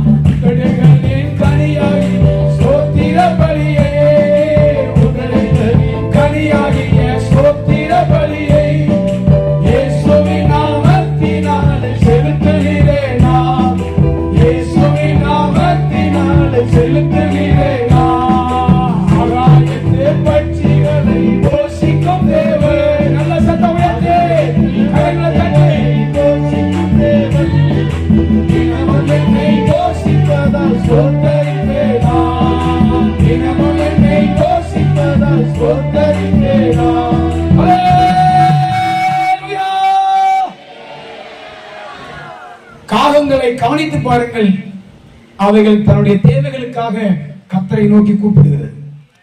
காகங்களை கவனித்து பாருங்கள், தேவன் சொன்ன கட்டளையை ஒன்று கூட முடியாதுன்னு சொல்லல, சொன்னதை அப்படியே கொஞ்சம் கூட மாறாமல் அப்படியே நிறைவேற்றியது. ஒரு தேவ பிள்ளையும் இந்த பூமியில் ஆண்டவர் நமக்கு சொல்ற ஒவ்வொரு வார்த்தைகளுக்கும் அப்படியே கீழ்ப்படிந்து நாம் தேவனை பிரியப்படுத்த வேண்டும். காகத்தை கவனித்து பாருங்கள், வீட்டை சுற்றிலும் வாழும், வீட்டுக்குள் வாழாது. அதன் அர்த்தம் காகம் இந்த பூமியில யாருக்கு அடிமையாக இல்லை, அது சுதந்திரமாக இருக்கிறது போல ஒரு தேவப்பிள்ளை இந்த பூமியில உலகத்துடைய எந்த அசுத்தத்துக்கும், எந்த பழக்க வழக்கத்துக்கும், எந்த காரியத்துக்கும் அடிமையாக்கப்படாமல் அவன் கிறிஸ்துவோடு சுதந்திரமாக இந்த பூமியில வாழ்ந்து தெய்வத்தை உயர்த்தி காண்பிக்க வேண்டும். காலத்தை கவனித்து பாருங்கள், துக்கத்தை சந்தோஷத்தை அது பகிர்ந்து கொள்வது போல இந்த பூமியிலே கர்த்தர் வைத்திருக்கிற இடத்திலே நம்முடைய ஐக்கியத்தை ஸ்திரப்படுத்த வேண்டும், பலப்படுத்த வேண்டும். கூடுமானால் எவ்வளவுக்கு அதிகமா அன்புனால ஆதாயம் பண்ண முடியுமோ அவ்வளவு ஆதாயம் பண்ணுங்க. யாரையும் பகைக்காதீங்க. உங்களுக்கு எனக்கு ஒரே ஒரு எதிரி, அவன் யாருன்னா சாத்தா மட்டும்தான். அல்லேலூயா. வேற யாரும் எதிரி கிடையாது. நீ எதிரியா பார்க்காதீங்க. ஆண்டவர் சொன்னார், உங்கள் சத்துருக்களை சிநேகியுங்கள். நீங்கள் தேவனிடத்தில் அன்பு கூர்ந்தால், தேவனிடத்தில் அன்பு கூர்றவர்களுக்கு சகலமும் நன்மைக்கு ஏதுவாக கர்த்தர் மாற்றுவார். அன்பு இருந்தா போதும். அன்பு திரளான பாவங்களை மூடும். ஐக்கியம் தேவை. ஒரு குடும்பம் குட்டி பரலோகமா இருக்கணும், ஒரு சபை குட்டி பரலோகமா இருக்கணும். ஐக்கியம் இல்லையே. ஐக்கியம் தேவை. வேடிக்கை பார்க்க கூடாது. மனசாட்சி இல்லாம எவ்வளவு பேர் வேதனைப்படுறாங்க, துடிக்கிறாங்க. ஆனா ஒரு பறவையை பாருங்க, அது தனக்குள் இருக்கிற இதை வெளிப்படுத்துது. அதை விட எவ்வளவு விசேஷமானவர்களாக கர்த்தர் நம்மை வைத்திருக்கிறார். கணம் பொருந்தின மனுஷன் அழிவில்லாத மிருகங்களுக்கு ஒப்பாக இருக்கிறான். அதனால் இந்த நாட்களில் நாம் எல்லாரோடு ஐக்கியம் உள்ளவர்களாக, ஆதி அப்போஸ்தலருடைய காலத்துல எல்லாருக்குள்ள ஒரே மனமும் ஒரே இருதயமும் இருந்தது போல இந்த கடைசி நாட்களிலும் கொஞ்ச காலத்துல நேற்று கேட்டது போல விலகான நகரம் நமக்கு இங்கே இல்லை. வரப்போது நாடி தேடிக்கொண்டிருக்கிறோம். நிலையான நகரம் நமக்கு இங்கே இல்லை. இயேசு மட்டுமே நமக்கு விலகான நகரமாக இருக்கிறார். ஐக்கியத்தை ஸ்திரப்படுத்த வேண்டும். அல்லேலூயா. 5, அது விதைக்கிறதும் இல்லை, அறுக்கிறதும் இல்லை. காலத்தை கவனித்து பாருங்கள், அவைகள் விதைக்கிறதும் இல்லை, அறுக்கிறதும் இல்லை. அவைகளுக்கு பண்டைய சாலையும் இல்லை. அவைகளை தேவன் பிழை பூட்டுகிறார். அர்த்தம் என்னன்னா விசுவாச வாழ்க்கையை காண்பிக்கிறது. ஒரு தேவ பிள்ளை இந்த பூமியில விசுவாச வாழ்க்கை வாழ வேதம் சொல்லுது, மனுஷகுமார் வரும்போது பூமியில விசுவாசத்தை காண்பாரோ. ஒரு காலத்துல யார்கிட்ட பேசினாலும், எங்கே இருந்தாலும், எந்த ஜெபத்துக்கு போனாலும், எந்த பிரசங்கம் கேட்டாலும், எதை செய்தாலும் அங்கே விசுவாசம் என்கிற ஒரு பகுதி ஆணித்தரமாக அதிகாரப்பூர்வமாக வெளிப்பட்டது. இன்னைக்கு விசுவாசம் எல்லாம் போயிட்டு, விசுவாசத்தை பத்தி யார் பேசுற? விசுவாசம் பின்ன எதுக்கு தான் நான் கேட்கிறேன். ஆண்டவர் விசுவாசம் என்கிற ஒன்றை எதற்காக கொடுத்தார்? நம்முடைய ரட்சிப்புல இருந்து பரலோகம் போகும் வரைக்கும் நாம் அனுபவிக்கிற அத்தனை ஆசீர்வாதத்துக்கும் விசுவாசம் முக்கியம். ஒரு அலையிலே சொல்லுங்களேன். அவரை விசுவாசித்ததுனாலதான் நமக்கு ரட்சிப்பு கிடைத்தது. அவரை ஏற்றுக்கொண்ட எத்தனை பேர்களோ அத்தனை பேர்களுக்கும் அவருடைய பிள்ளைகளாகும்படிக்கு அதிகாரம் கொடுத்தார். அவரை ஏற்றுக்கொண்டோம். விசுவாசத்தினாலே நீதிமான் பிழைப்பான், அப்படிதான் சொல்லப்பட்டிருக்கு. விசுவாசமுள்ள ஜெபம் பிணியாளியை ரட்சிக்கும், அப்படிதான் இருக்கு. ஒருவன் வியாதிப்பட்டால் சபை மூப்பர்களை, ஒருவன் வியாதிப்பட்டால் 108 வரவழைப்பானாக. அப்படி இல்லை. நல்ல சத்தியத்தை நீங்க விரும்புறீங்க, வாஞ்சிக்கிறீங்க, கடைசி வரைக்கும் விடாதீங்க. நிறைய பேர் இன்னைக்கு உண்மையை சொல்ல, உண்மையை பேச மறுக்கிறார்கள், மறைக்கிறார்கள். விசுவாசத்துக்கு ரொம்ப முக்கியம். மனுஷகுமார் வரும்போது பூமியில விசுவாசத்தை காண்பாரோ? அர்த்தம் என்ன? இயேசு வெளிப்பட்ட காலத்துல விசுவாசம் என்பது அரிதா இருக்கும். இன்னைக்கு விசுவாசத்தை பத்தி பாடல் இல்லை, விசுவாசத்தை பத்தி பிரசங்கம் இல்லை, விசுவாசத்தை குறிச்சதான வார்த்தைகள் விசுவாசிகளுக்கு இல்லை, ஊழியக்காரர் மத்தியில் இல்லை. அவிசுவாசமான வார்த்தை பெருகிக் கொண்டே இருக்கிறது. நம்முடைய ஆத்துமா ஈடேற, நம்முடைய ஆத்துமா பலனடைய நாம் அதிகமாக விசுவாசத்திலே சிறப்பட வேண்டும். நீங்க பாருங்க, எத்தனை பேர் இந்த காலையில நீங்க கவலையோடு வந்திருப்பீங்க. கவலைப்படாதீங்க, உங்களுக்காக ஆண்டவர் பேசுறார். தேவஜனமே, உன்னோடு தான் கர்த்தர் பேசுறார். ஏன் உன் வாழ்க்கையில கவலை? விசுவாசம் இல்லை. உன்னை அழைத்த கர்த்தர் அவர் நடத்துவார். உன்னை ஏற்படுத்த கர்த்தர் உன்னை கரம் பிடிப்பார். ஆபத்திலே அவர் தப்புவிப்பார். ஒரு நாளும் கர்த்தர் உன்னை கைவிட மாட்டார். மனுஷன் பேசுற வார்த்தையை கூட நம்ம ஆட்கள் ஏற்றுக்கொள்றாங்க. ஆனா கர்த்தர் சொல்ற வார்த்தையை விசுவாசிக்க மாட்டாங்க. ஒரு 25 வருஷத்துக்கு 30 வருஷத்துக்கு முன்னாடி சுகர் பிரஷர் யாரு சொன்னா? சுகர் பிரஷர் எனக்கு அதுல உடன்பாடு இல்லவே இல்லை. நோ, தயவுசெய்து என் பிரசங்கம் உங்களுக்கு ஒருவேளை பிடிக்காத கூட மன்னித்துக் கொள்ளுங்க. சுகர் பிரஷர்கள் எனக்கு உடன்பாடு இல்லை. எல்லா மனுஷனுக்குமே ஆண்டவர் இயற்கை புதுசா சுகர் கூடுது, பிரஷர் கூடுது. உனக்கு சுகர் பிரஷர் யாரு சொன்னா? இப்ப நீங்க வந்தீங்கன்னா ஆண்டவர் ஆதாம் கேட்டு, ஆதாமே நீ எங்கே இருக்கிறாய்? அப்படின்னா நான் ஒளிஞ்சிருக்கிறேன், அங்க இருக்கிறேன்னு அவன் சொல்லிருக்கான். அவன் என்ன சொன்னா? நிர்வாணியா இருப்பதுனால். அவன் அதுக்கு வந்து நிர்வாணியா தான் இருந்தான். நீ அதுக்கு வந்து நிர்வாணியா தான் இருந்த. ஆனா தேவ மகிமையில இருந்தியா, அப்ப நிர்வாணத்தை பத்தி நீ பேசலையா? இப்ப நிர்வாணி என்று உனக்கு அறிவித்தவன் யார்? நீ முன்னாடி ஒரு காலங்களில் தெய்வீக வல்லமை, தெய்வீக சுகத்தை, தேவ பலனை, தேவ வல்லமை நீ அனுபவித்தாய். இன்றைக்கு உனக்கு சுகர் பிரஷர் உனக்கு சொன்னது யாரு? அன்னைக்கு சாப்பிட்ட ஆகாரத்தை இன்னைக்கு நீ சாப்பிடுற. பிசாசு உள்ளதுக்கு போட்டான், உனக்கு சுகர் கூடும்.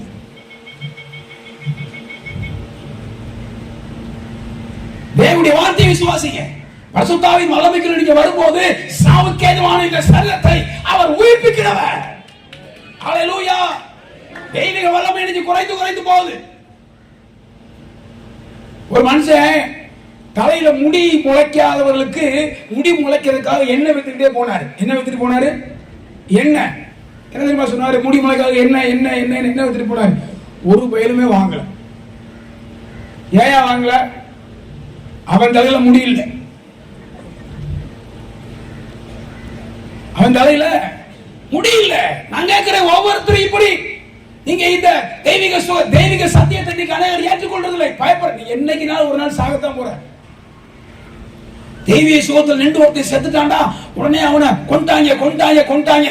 நான் இந்த காலவேளை கேட்கிறேன், மருத்துவத்துறையே எத்தனை பேர் மருத்துவம் வளர்ந்து டெட் பாடியா வெளியே வந்து கொண்டிருக்கிறார்கள். இதற்கு யாரும் பேச முடியவில்லையே.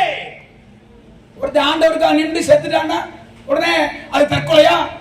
எபிரேயர்ல வாசிக்கிறோம், மேன்மையான உயிர்த்தலை பெருமடிக்கு அடையும்படிக்கு வாதிக்கப்படும்படி ஒப்பு கொடுக்கப்பட்டார்கள்.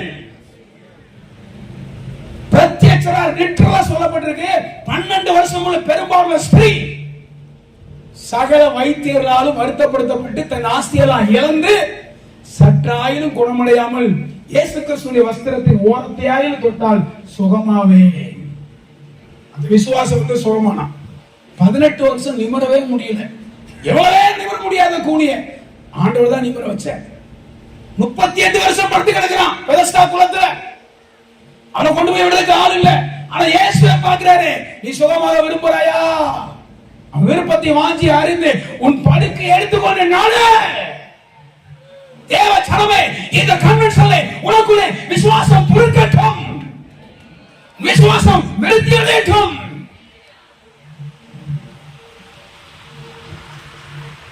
சுவாசம் உள்ள ஜெபம் பிணியாளை ரட்சிக்கும். கர்த்தர் அவனை எழுப்புவார். பிள்ளையா சொல்லப்பட்டிருக்கு, உன் அப்பத்தையும் தண்ணீரை ஆசீர்வதித்து உனக்கு வியாதியை விலக்குவேன். நானே உன் பரிகாரியாகிய கர்த்தர். இதெல்லாம் சொல்லணும் அவசியம் இல்லையே. சிலர் சொல்லுவாங்க, பைபிள்ல வசனம் இருக்குல்ல பாஸ்டர், பிணியாளர்களுக்கு தானே வைத்தியர். அது எதுக்காக சொல்லப்பட்டிருக்கு? அதுக்கு முன்னாலே வாசிக்கிறது கிடையாது, பின்னாலே வாசிக்கிறது கிடையாது. அவர் வேற ஒரு சம்பவத்தை அவங்க இங்க பேசுறாங்க. அதுக்கு விளக்குறதுக்காக அவர் உதாரணத்தை தான் சொன்னாரு. நம்முடைய வைத்தியர் அவர் தான்.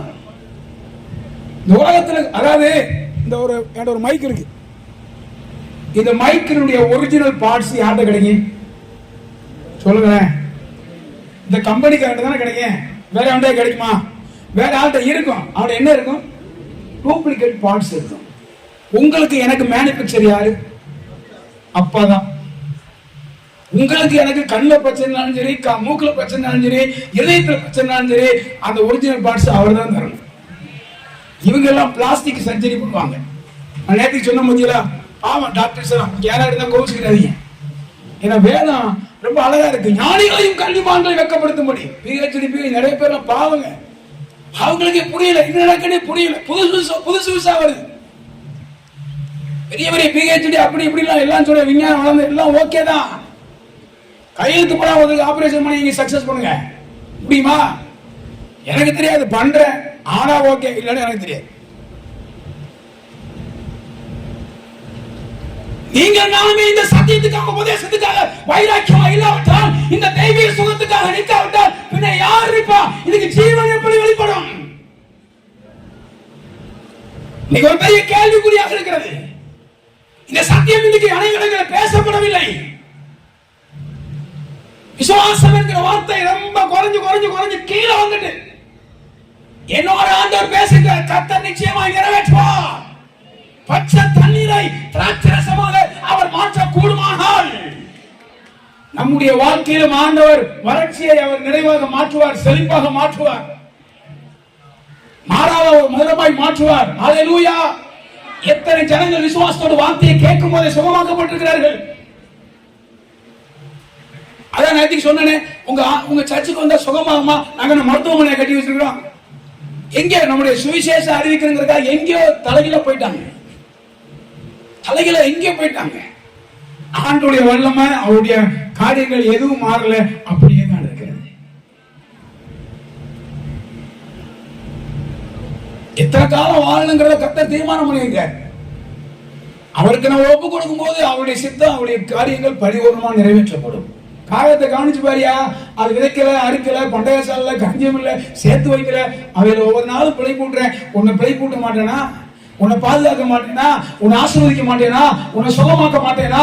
எனக்கு வல்லமை இல்லையா? ஏன் சந்தேகப்படுற? சந்தேகப்படாத, நான் உயிரோடு இருக்கிறேன். இயேசு இன்றைக்கு உயிருள்ளவராக இருக்கிறார்.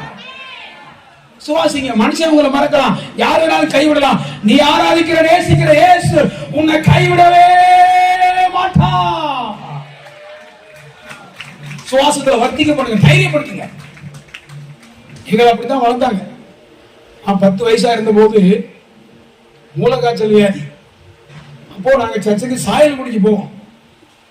எங்க ஊர்ல இருந்து 3 கிலோமீட்டர் நடந்து ஒரு பஸ் ஏறி, திரும்ப முதுகுளத்துல இறங்கி இன்னொரு பஸ் ஏறி சாயலுக்குள்ள இறங்கி, பஸ் ஸ்டாண்ட்ல இருந்து சர்ச்சுக்கு போக 2 கிலோமீட்டர். அப்போ சொந்தக்காரெல்லாம் வந்து பார்த்தாங்க. பார்த்துட்டு இந்த பையன் ஆஸ்பத்திரி கொண்டு போய் செத்து போவான்னு சொல்லி எல்லாம் பண்ணாங்க. எங்க அப்பா அம்மா சொன்ன ஒரே வார்த்தை, நாங்க ஆண்டவரை விசுவாசிக்கிறோம், ஆண்டவர் சுகம் தருவார், ஊழியக்காரர்களுக்காக ஜெபம் பண்றாங்க, கண்டிப்பா சுகம் கிடைக்கும்னு அவங்க வச்சிருந்தாங்க. அப்படி சுகமாக்கப்படுத்தான் இன்னைக்கு அவங்க முன்னாடி நிக்கிறேன். வியாதி தலையின்னு வந்தா எங்க அப்பா என்ன சொல்லுவாரு, போய் பாஸ்டரை கூப்பிட்டு போய். அப்பதான் செல்போன் கிடையாது. அப்ப பஸ் ஏறி போய் அவங்களை கூப்பிட்டு வரணும். சில நேரங்கள் வியாதியா இருக்கிறது அவங்களுக்கே வெளிப்பட்டுறான். அங்கிருந்து பாஸ் நடந்தே மஞ்சள் பையில, முன்னாடி இந்த ஜவுளி கடைக்கு போனா மஞ்சள் பை கொடுப்பாங்க நம்ம ஊர்ல, அதை இடிக்கிட்டு அதை கைப்பட வச்சு பைபிள் வச்சு அப்படியே வருவார். நடந்தே காலை செருப்பு போட்டுக்க மாட்டார், வஸ்திரம் அயன் பண்ணிருக்க மாட்டார். அன்னைக்கு அவங்க வருமா? ஆனா தேவனுடைய வல்லமை இருந்துச்சு. இன்னைக்குதான் உங்களுக்கு உழைப்பே இல்லையே, எல்லாமே மிஷின். என்ன வேலை செய்யலாம் மிஷின். களை எடுக்க வேண்டாம், கருது எடுக்க வேண்டாம், உழுக வேண்டாம், விதைக்க வேண்டாம், எதையுமே செய்ய வேண்டாம், எல்லாமே மிஷின். உனக்கு அப்புறம் சுகர் பிரஷர் ஏறாது,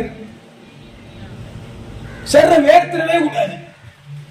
செய்ய வேண்டியது செய்யாம இருந்துகிட்டு எனக்கு அது இருக்கு இது இருக்கு, நாம பிழைக்க தெரியாம பிழைச்சிட்டு இருக்கிறான். நாம் எப்படி வாழ வேண்டும் என்பதை இந்த வேத புத்தகம் நமக்கு கற்றுக் கொடுத்திருக்கிறது. ஆவியானவர் நமக்கு அழகா நடத்துவார். விசுவாசத்தை விடக்கூடாது. இன்னைக்கு விசுவாசம் இவனையும் பிழைத்து அப்படிப்பட்டவர்கள், ஒரு விசுவாசமாய கப்பலை சேதப்படுத்தினவர்கள் நிறைய இவனையும் பிழைத்தும் எழுந்துட்டாங்க.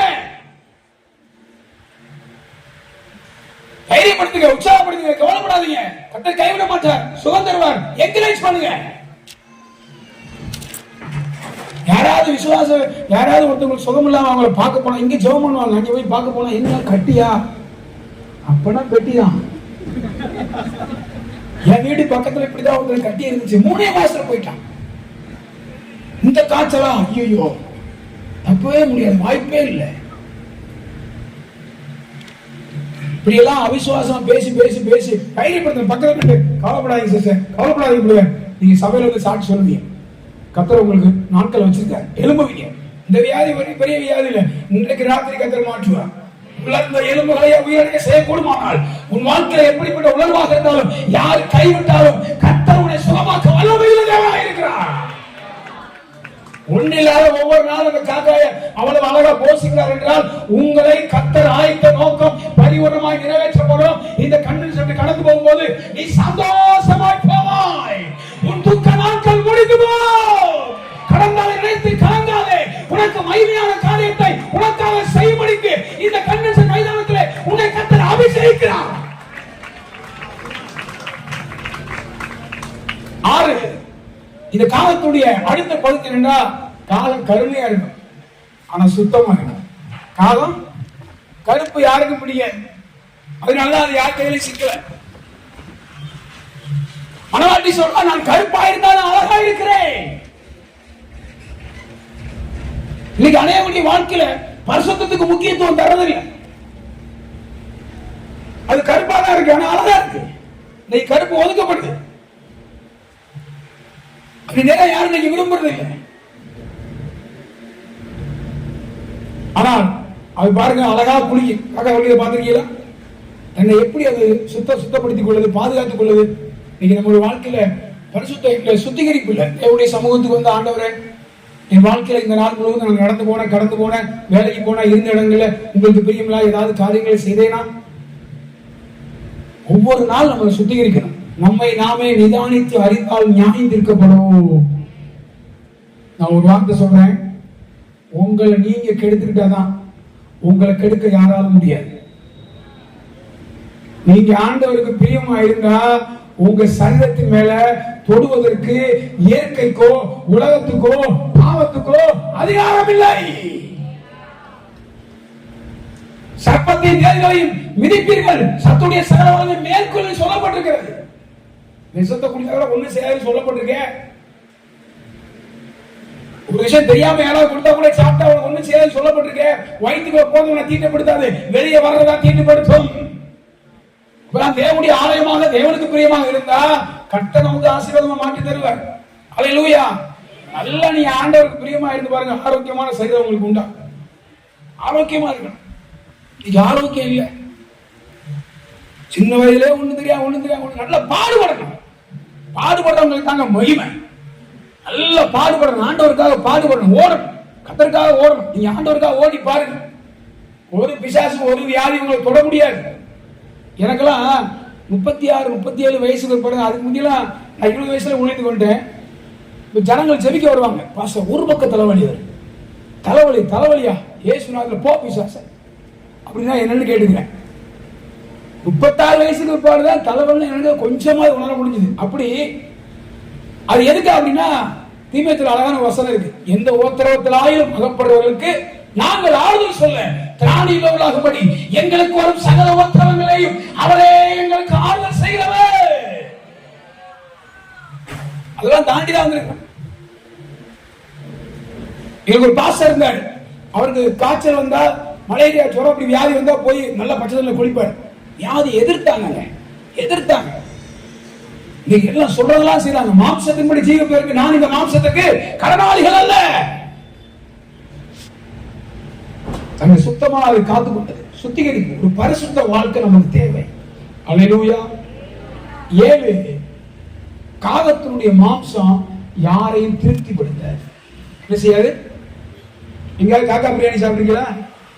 நீங்க பாருங்க, சிக்கன் பிரியாணி சாப்பிடுறாங்க, மட்டன் பிரியாணி சாப்பிடுறாங்க, பிரான், நிறைய பிரியாணி இருக்கு. ஆனா காகத்தினுடைய மாம்சம் யாரை என்ன செய்யாது, சாட்டிஸ்ஃபை பண்ண, திருப்திப்படுத்த.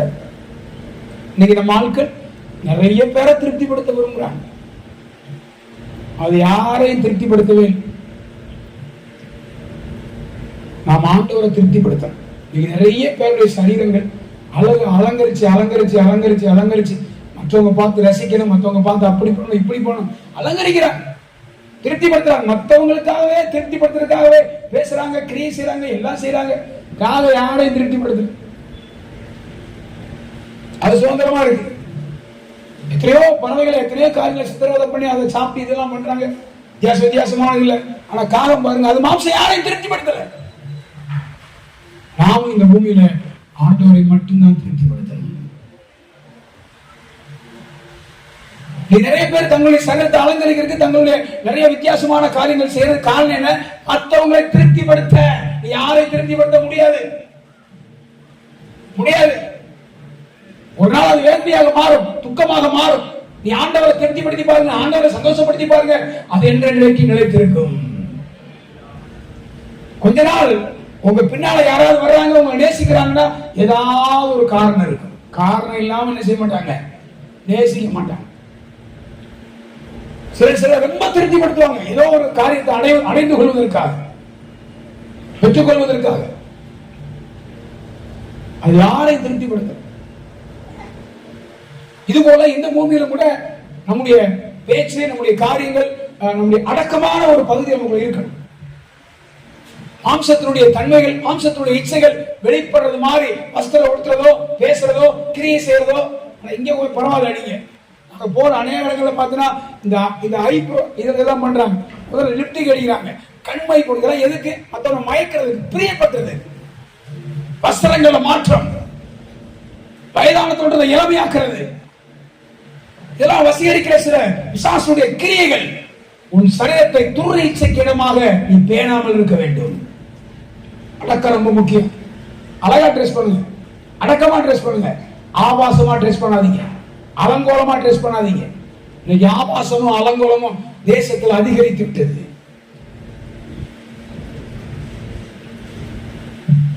காலம் அழகா இல்லாட்டாலும் அது தேவனுடைய காரியத்துல சரியாக காணப்பட்டது. கண்களை மூடுவோமா? ஒரு 5 நிமிஷம் ஆண்டவரே, என் வாழ்க்கையை சற்று திரும்பி பார்க்கும்படி என்னோடு பேசுவீங்க. காகங்களை கவனித்து பாருங்கள் என்று சொல்லி எங்களோடு இடைப்பட்டீங்க ஆண்டவரே. காகத்தோடைய எல்லா காரியத்திலும் தனக்கு வேண்டிய ஆகாரத்துக்காக வேற யாரை சார்ந்தில்லை, கர்த்தரை நோக்கி கூப்பிட்டதாக வேதத்தில் எழுதப்பட்டிருக்கிறது. குறிப்பிட்ட காக்கை குஞ்சுகளுக்கு நீர் ஆகாரம் கொடுக்கிறீர். என் ஜெப வாழ்க்கையில ஆண்டவரே, ஒரு காகமே உங்களை நோக்கி கூப்பிடுமானால் என்னுடைய அனுதின வாழ்க்கையில இனிமே எல்லா சந்தர்ப்பத்திலும் கர்த்தரை நோக்கி ஜெபிக்கிற ஒரு ஜெப ஜீவியத்தை நான் விட்டு விட மாட்டேன் ஆண்டவரே. எல்லா காரியத்திலும் ஆண்டவரை நோக்கி கூப்பிடுவேன். என்னுடைய தாகத்தை தீர்க்க நீராக இருக்கிறீர். அது கட்டளை நிறைவேற்றியது. எத்தனையோ முறை பேசுறீங்க ஆண்டவரே, தீர்க்கதரிசியின் வாயிலாக, சபையில ஊழியர் மூலமாக, தேவனுடைய வார்த்தை மூலமாக, சொப்பனத்தின் மூலமாக ஜெபிக்கும் போது பல விதங்களை என்னோடு பேசுறீங்க. இன்னும் கீழ்ப்படியாம இருக்கிறேன், இன்னும் ஞானஸ்நானத்தை ஒப்பு கொடுக்கல, இன்னும் அபிஷேகம் வரல அப்படின்னு அனுபவம் இருந்தா இன்னைக்கு ஒப்பு கொடுங்க. ஆண்டவரே என்னை ஒப்பு கொடுக்கிறேன், ஆண்டவரே உங்களுடைய சித்தம் என்னில் நிறைவேற்றப்படட்டும். பல நேரங்களில் ஊழியத்துக்குள் அழைத்திருந்தா இன்னும் நீங்க மீறாதீங்க, அந்த கட்டளைக்கு கீழ்ப்படியுங்கள்.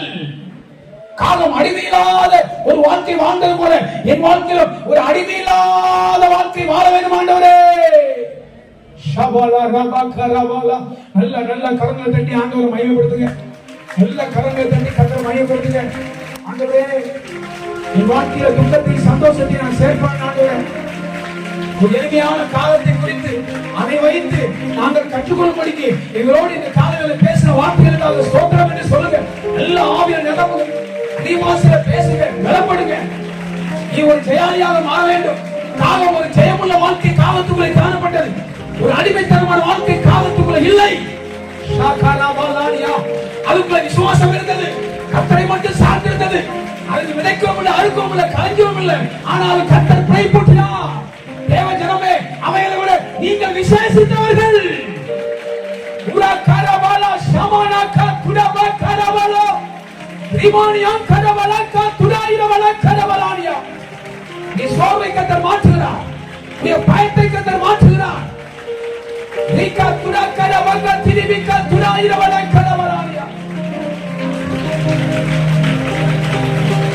வாழ்க்கையிலே கசப்புகள் கலந்திட்டாலும் பாசமுள்ள ஒரு மரம் கூட வருது. வாழ்க்கையிலே கசப்புகள் கலந்திட்டாலும் பாசமுள்ள ஒரு மரம் கூட வருது.